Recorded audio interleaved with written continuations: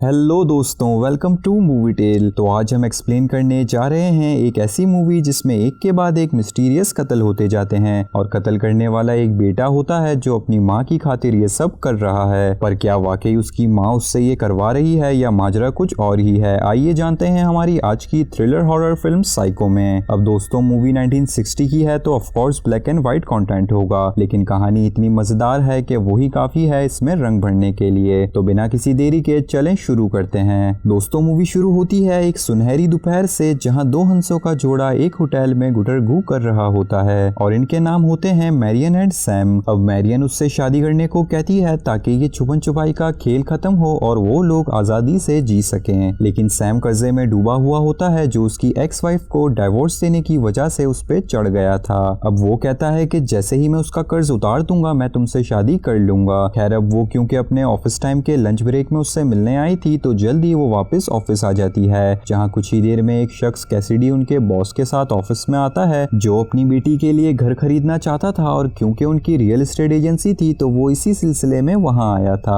अब वो काफी अमीर होता है और अमीरी के साथ आती है ठरक, तो वो मैरियन से फ्लर्ट करते हुए उसे $40,000 कैश दे देता है और आप अंदाजा लगा सकते हैं $40,000 कैश 1960 में मतलब करोड़ों की रकम हो गई। खैर, अब वो तो उसे ये दे देता है, लेकिन उसका बॉस इतनी बड़ी रकम देख कर ही घबरा जाता है और मैरियन से उसे आज ही बैंक में डिपॉजिट करने का कह देता है। अब कुछ ही देर बाद मैरियन बॉस से बैंक के बाद घर जाने का कहती है क्योंकि उसकी तबीयत ठीक नहीं थी। बॉस मान जाता है और मैरियन ऑफिस से निकल जाती है। अगले सीन में हम मैरियन को घर पे देखते हैं जिसके दिमाग में एक खुराफाती आइडिया आता है, या यूं कहें तो मोहब्बत कुछ भी करवा सकती है। तो वो भी सैम से शादी करने को मर रही होती है और उसकी परेशानी दूर करने के लिए ये पैसे देकर ललचा जाती है और उन्हें चुरा कर सैम का कर्जा उतारने का फैसला करती है, जाहिर है ताकि सैम फिर उससे शादी कर ले। अब वो पैसे लेकर गाड़ी में सैम की तरफ निकल जाती है। अब सैम जो था वो उसके शहर में नहीं रहता था, बस उससे मिलने कभी हफ्तों में आया करता था, तो वो उसके टाउन फेयरवेल की तरफ निकल जाती है। लेकिन रास्ते में एक सिग्नल पे उसका बॉस उसे देख लेता है और सोचता है कि उसने तो तबीयत खराब का बोलकर घर आराम करने के लिए कहा था, तो वो यहाँ क्या कर रही है। पर खैर, अब सिग्नल पे कौन कितना रुक सकता था, तो वो फिर इग्नोर करके पर्सनल लाइफ में दखल अंदाजी ना करते हुए वहां से चला जाता है और मैरियन भी थोड़ा घबरा जाती है उसे देखकर, पर फिर गाड़ी चलाती निकल ही जाती है। अब सफर लंबा था तो रास्ते में उसकी आंख लगने लगती है और वो साइड में गाड़ी लगाकर सो जाती है, जहां उसे होश नहीं रहता और सुबह हो जाती है। अब वो फिर से सफर शुरू करती है और एक गैराज पे जाके रुकती है, जहां से वो हाथों हाथ अपनी गाड़ी बेचकर ऊपर $7,000 देकर एक नई गाड़ी खरीद लेती है। अब वो अपनी नई गाड़ी में फिर से सफर शुरू करती है और जाहिर है गाड़ी उसने चोरी में पकड़े ना जाने के डर से ही बदली थी, क्योंकि वो गाड़ी उसके नाम पर जो थी। अब फिर से एक बार सफर में रात हो जाती है और बारिश भी होने लगती है, लेकिन इस बार बजाय रोड पे गाड़ी लगा के सो जाने के वो हाईवे के पास एक मोटेल में जाती है। अब मोटेल का मालिक एक खूबसूरत नौजवान नॉर्मन बेट्स होता है। नॉर्मन उस जगह का इकलौता मालिक, केयरटेकर सब खुद ही होता है और उसका घर भी मोटेल के बिल्कुल साथ ही होता है, जहां वो अपनी बूढ़ी माँ के साथ रहता है। अब जब मैरियन रिसेप्शन पे पहुंचती है तो नॉर्मन उसकी एंट्री रजिस्टर में नोट करता है, जहां मैरियन उसे अपना नकली नाम बताकर साइन कर देती है। अब उसके रूम में जाते ही नॉर्मन उसके पास आता है और उसे अपने साथ डिनर के लिए इनवाइट करता है, जहां मैरियन अपने आप को कुछ भी गलत ना करते हुए कूल साबित करने के लिए उसके साथ डिनर करने को राजी हो जाती है। अब जब मैरियन रेडी होकर नॉर्मन के ऑफिस तक पहुंचती है तो उसे नॉर्मन के घर से उसकी और उसकी माँ की बहस सुनाई देती है, जहां मालूम होता है कि उसकी माँ मैरियन को बिल्कुल पसंद नहीं करती और ये बिल्कुल नहीं चाहती कि नॉर्मन फ्री में उसे खाना सर्व करे। खैर, नॉर्मन शर्मिंदा होकर खाना लेता हुआ उसके पास आता है और उससे उसकी माँ के रवैये के लिए माफी मांगता है। अब फ्री के खाने के लिए वो क्या ही कंप्लेन करती, तो वो भी उसे इग्नोर करते हुए $2 वाले सैंडविच खा लेती है। अब इसी बीच इनकी बातचीत हो रही होती है, जिससे हमें मालूम होता है कि नॉर्मन की माँ एक बीमार बूढ़ी औरत है, जिसकी वजह से उनका रवैया भी काफी चिड़चिड़ा हो गया है। लेकिन नॉर्मन के सिवा उनका इस दुनिया में कोई नहीं और उन्होंने ही बचपन से उसे पाल पोस के बड़ा किया है, क्योंकि उसके फादर तो बचपन में ही उन्हें छोड़ गए थे और इसी वजह से वो बस अपनी माँ के रवैये को नजरअंदाज करता है और उनका ज्यादा से ज्यादा ख्याल रखता है। साथ ही में वो उसे अपने जानवरों की मूर्तियां संभाल के रखने वाली हॉबी के बारे में भी बताता है और फिर एक छोटा सा भाषण भी देता है, जिसमें वो बात करता है उन लोगों की जो अपनी जिंदगी को अपने ही हाथों से मुश्किल बनाते हैं और फिर किस्मत को दोष देते फिरते हैं। जी हाँ दोस्तों, यहाँ मैरियन की जिंदगी का ही रेफरेंस दिया जा रहा है कि कैसे वो अच्छी भली जी रही थी, पर सैम का कर्ज उतारने के बाद उससे शादी करने का वादा करने के बावजूद वो प्यार में बेसब्र चोरी कर बैठी और अब चोरों की तरह बस भाग रही है। लेकिन यहाँ बस नॉर्मन की की बातें सुनकर वो भी तारक मेहता के उल्टा चश्मा के बुरे लोगों की तरह चोर से एक ही पल में फरिश्ता बन जाती है और सुबह होते ही वापस अपने टाउन जाकर पैसे लौटाने का फैसला कर लेती है। जी हाँ दोस्तों, इतिहास गवाह है 1960 में भी इन लड़कियों का जुनून चाय के जोश की तरह ऊपर जाता था और फिर पल में ही नीचे भी आ जाता था। खैर अब वो डिनर के बाद अपने कमरे में चली जाती है और सोने से पहले अच्छे बच्चों की तरह शावर लेने लगती है। लेकिन ठीक इसी बीच हमें एक साया दिखता है जो एक कातिल का था और वो सीधा चाकू से हमला करके उसे मार देता है। जी हाँ दोस्तों, हमें चेहरा नहीं बस साया दिखता है और मैरियन मारी जाती है। अब अगले सीन में हम नॉर्मैन को देखते हैं जो नालियों में खून बहता देखता है और फौरन घबराता मैरियन के रूम तक पहुंच जाता है क्योंकि इस पूरी होटल में सिर्फ उसी के कमरे से पानी बह रहा था। खैर अब वो अंदर शावर में उसकी लाश देखता है और पूरी तरह से घबरा जाता है और बिना कुछ हंगामा किए या पुलिस को इन्फॉर्म किए बगैर ही चुपचाप सारे सबूत साफ करके उसकी लाश को प्लास्टिक में लपेट देता है और फिर उसे उसके पैसों समेत उसी की गाड़ी में डालकर गाड़ी ही तालाब में बहा देता है। अब अगले सीन में हम एक लड़की लाइला को देखते हैं जो मैरियन की बहन होती है और वो उसे ढूंढने एक हफ्ते बाद सैम के टाउन उसकी शॉप पहुंच जाती है क्योंकि उसे लगा था वो सैम से मिलने यहाँ आई होगी, इसीलिए वो उसके बारे में उससे पूछती है और साथ में बताती भी है कि वो खुद टाउन से बाहर गई थी, इसीलिए उसे भी एक हफ्ते बाद ही वापस घर आकर ये सब मालूम हुआ। पर सैम हैरानी से उसे मना कर देता है कि मेरी तो उससे कई दिनों से बात तक नहीं हुई। अब जाहिर है व्हाट्सएप का जमाना तो था नहीं जो बाथरूम भी जाते तो एक दूसरे को बताकर। खैर सैम उससे आखिरी बार उसी दोपहर में मिला था और वो लाइला को भी यही बताता है। अब लाइला का पीछा करता एक प्राइवेट इन्वेस्टिगेटर एर्बगेस्ट भी वहाँ आ जाता है और उन्हें बताता है कि उसे किसी और ने नहीं बल्कि मिस्टर कैसिडी ने हायर किया है। जी हाँ, वही कैसिडी जिसके $40,000 लेकर मैरियन भागी थी। अब सैम ये जानकर हैरान होता है कि ये लोग मैरियन पे चोरी का इल्जाम लगा रहे हैं और एक हफ्ता हो गया उसका कोई अता पता नहीं है। लेकिन एर्बगेस्ट ने दिलासा देता है कि वो उसे यकीनन ढूंढ निकालेगा और फिर वहाँ से निकल पड़ता है अपनी खोज पर। अब उसे इतना तो शक होता ही है कि वो कुछ भी करके सैम के पास ही आ रही होगी, तो वो सबसे पहले उसके रास्ते में आने वाली तमाम मोटेल्स पे उसके बारे में पूछना शुरू करता है और फिर आखिरकार बेट्स मोटेल तक पहुंच ही जाता है, यानी नॉर्मन बेट्स की मोटेल। वो काफी पहले ही ये मोटेल ढूंढ लेता लेकिन नॉर्मन उसके साइन बोर्ड की लाइटें जानबूझ के बंद रखता है ताकि कोई भी कुछ दिनों तक वहां आ ना पाए और वो था भी हाईवे के साइड में थोड़ा अंदर जाकर, तो आसानी से एर्बगेस्ट को पहले नजर नहीं आता।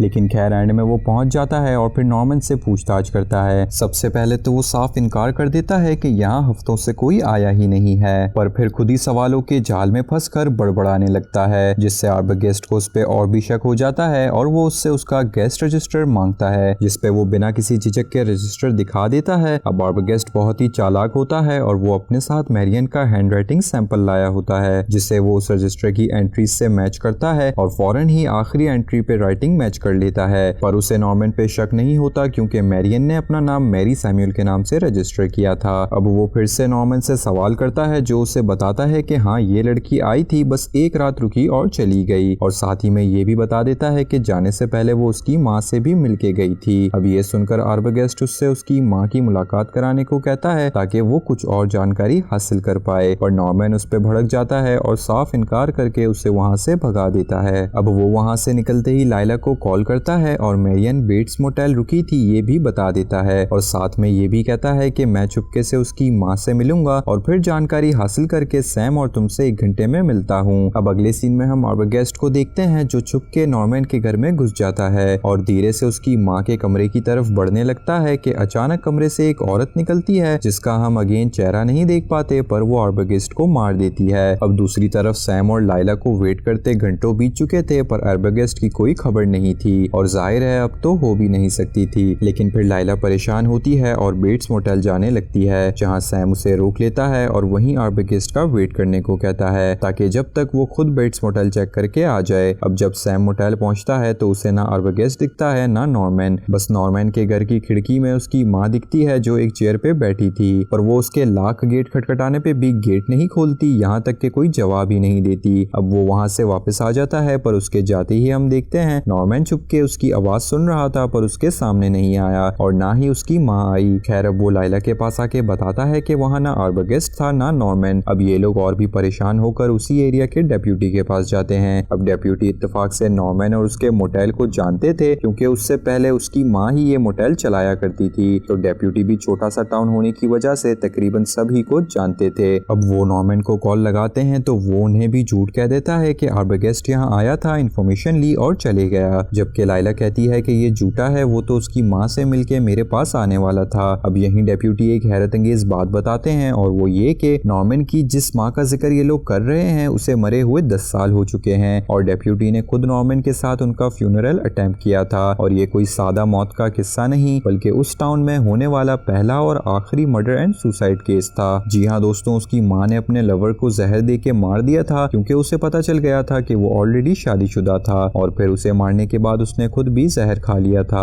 और लोगों को उनकी लाश उसकी माँ के घर में ही उनके बेड से मिली थी। अब ये सुनकर आपके और मेरी तरह उन दोनों के भी होश उड़ जाते हैं और फिर वो लोग सुबह होने का इंतजार करते हैं। अब सुबह ये लोग फिर से डेप्यूटी से मिलते हैं जो इन्हें दोपहर में आकर कंप्लेन लिखाने को कहता है, पर ये लोग अब सब्र नहीं कर सकते थे और सैम ने भी एक बूढ़ी औरत का साया खुद अपनी आंखों से देखा था और आर्बगेस्ट ने भी उस औरत का जिक्र किया था और आप तो जानते ही हैं कि मैरियन भी दोनों को अजीज ही थी। तो ये लोग खुद मोटेल जाकर पता लगाने का फैसला करते हैं और निकल पड़ते हैं बेट्स मोटेल। अब वहां पहुंचकर ये लोग अजनबी की तरह एक कमरा लेते हैं क्योंकि नॉर्मन आज से पहले इनसे मिला ही नहीं था, इसलिए वो भी इन्हें बस रेगुलर गेस्ट समझता है। और फिर कुछ ही देर बाद मौके का फायदा उठाकर ये लोग मैरियन वाले कमरे में चेक करने जाते हैं। अब थैंक्स टू आर्बगेस्ट जिसने मरने से पहले इन्हें इतनी इन्फॉर्मेशन तो दे दी थी कि इन्हें पता था मैरियन का कमरा कौन सा है। अब वहीं छानबीन के दौरान लाइला को बाथरूम से एक पर्ची मिलती है जिसपे मैरियन ने $40,000 का हिसाब किताब किया हुआ था क्योंकि वो उसमें से गाड़ी मोटेल वगैरह का खर्चा जो निकाल चुकी थी। खैर अब इन्हें पता था नॉर्मन से बात करने का कोई फायदा नहीं, तो सैम एक प्लान बनाता है। वो नॉर्मन को बातों में लगाएगा और मौके का फायदा उठाकर लाइला उसकी माँ से मिलने चली जाएगी। अब ऐसा ही होता है कि सैम नॉर्मन के पास और लाइला उसकी माँ के पास चली जाती है, लेकिन जैसे ही वो उसकी माँ के कमरे में पहुंचती है उसे वहाँ कोई नहीं मिलता।